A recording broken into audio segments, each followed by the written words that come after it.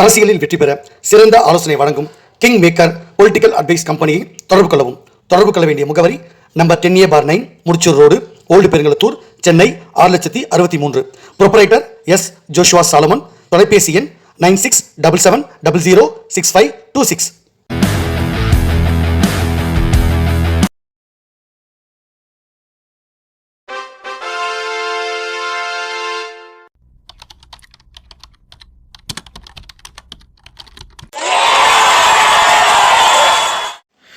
உலகத் தமிழ் ரசிகர்கள் அத்தனை பேருக்கும் என்னுடைய பணிவான வணக்கம். நான் செந்தில்குமார்.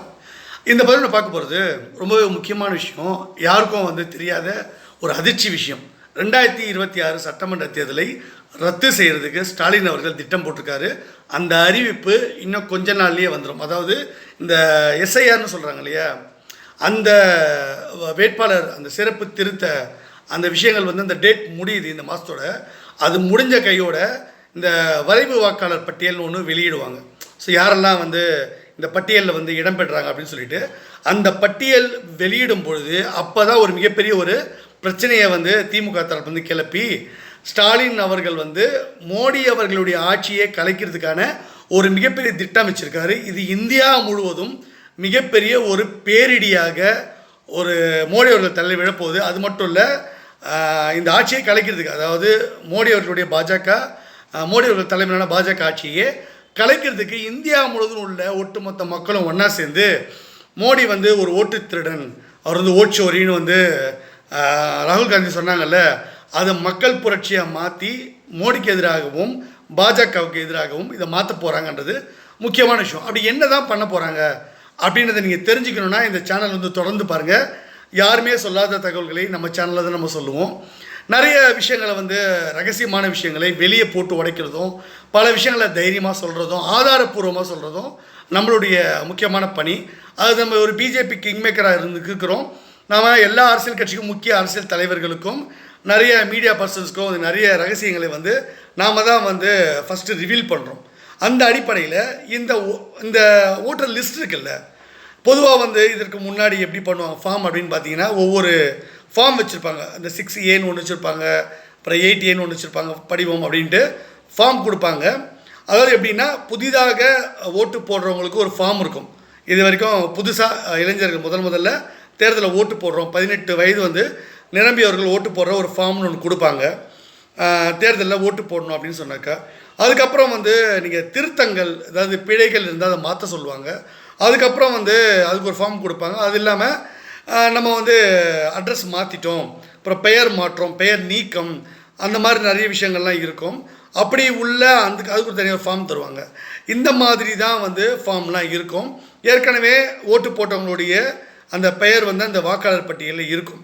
இப்போது புதுசாக சேர்க்குறவங்களையும் சேர்த்து தான் அதற்கு பிறகு புதிய வாக்காளர் பட்டியல் அந்தந்த தேர்தல் சமயத்தில் அந்த வருஷங்களுக்கு அவங்க வெளியிடுறது, தேர்தல் ஆணையம் வெளியிடுறது வழக்கம்.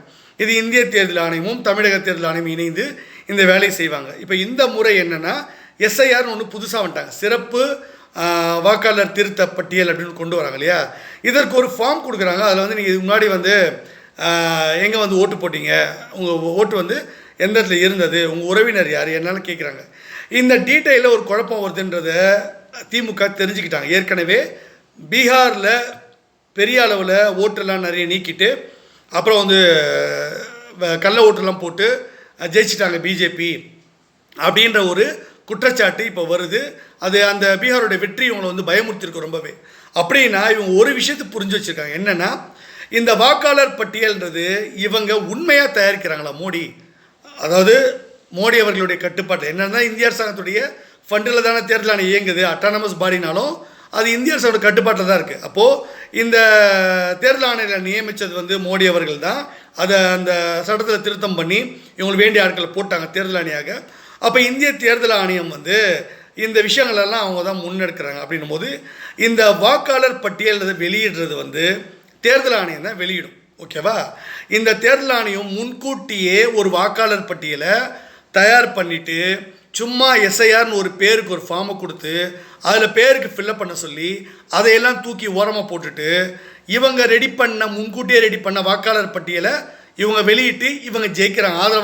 ஆதரவாளர்கள் மட்டும் வச்சுக்கிட்டு மற்ற கட்சிகளுடைய ஓட்டர்ஸுடைய பேரை எடுத்துடுறாங்க லிஸ்ட்டில் இருந்து. இதுதான் குற்றச்சாட்டு, முக்கியமான குற்றச்சாட்டு.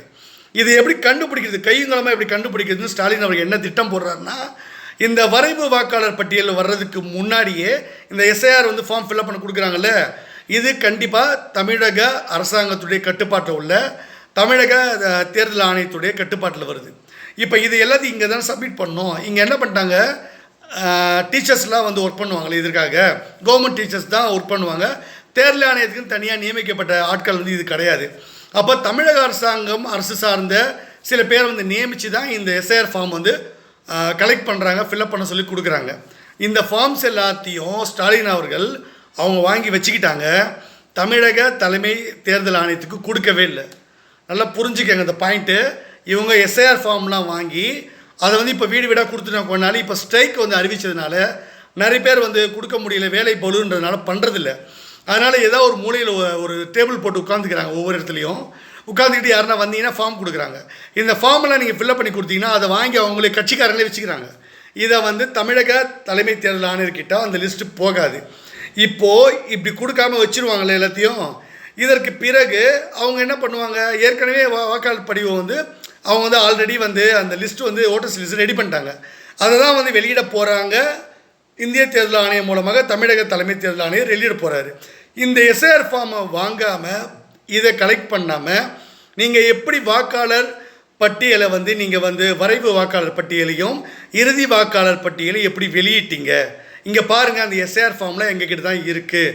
இதை வந்து தமிழக அரசாங்கத்தில் நாங்கள் வந்து கட்சிக்காரங்க பிஎல்ஓக்கு கொடுக்கவே இல்லை. அதில் எங்களுடைய ஆட்கள் அது எல்லாத்தையும் வந்து தமிழக தலைமை தேர்தல் ஆணையத்துக்கு நாங்கள் கொடுக்கவே இல்லை.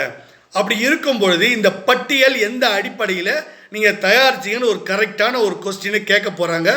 ஏற்கனவே ஆளுநர் மேட்டரில் உச்சநீதிமன்றத்தில் போயிட்டு மிகப்பெரிய ஒரு சிக்கல் வந்திருக்கு. தமிழக அரசாங்கம் வந்து அதாவது மற்ற மாநிலங்களுடைய தமிழ்நாடு வந்து விழிப்போடு எப்பவுமே செயல்படும். அதுவும் திமுக பல்வேறு விஷயங்களில் பெரிய அளவில் போராடுவாங்க. அதுவும் மோடி எதிர்த்து போராடினா அவங்களுக்கு அல்வா. அப்போ இந்த மேட்டரில் கையங்களவமாக பிடிச்சிருவாங்க.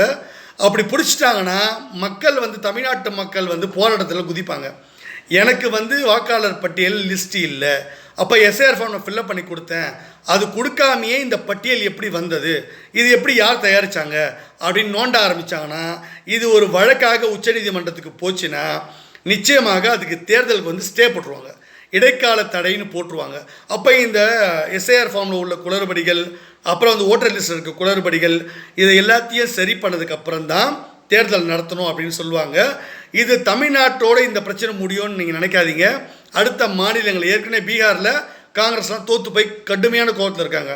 அப்போது ஒவ்வொரு மாநிலத்திலையும் இவங்க இந்த எஸ்ஐஆர் ஃபார்மை வந்து முறையாக கலெக்ட் பண்ணாமல் அவசர கதியில் கொடுத்து ஏமாற்றி பண்ணி சீட்டிங் பண்ணி தான் இவங்களா ஒரு முன்கூட்டியே ஒரு யாரெல்லாம் வந்து சாதகமாக தனக்கு ஓட்டு போடுவாங்களோ அவங்கள மட்டும் ஓட்டர் லிஸ்ட்டில் கொண்டு வந்துட்டு மற்றவங்களாம் நீக்கிட்டாங்கன்றதை கையங்கலவமாக மாட்டிப்பாங்க.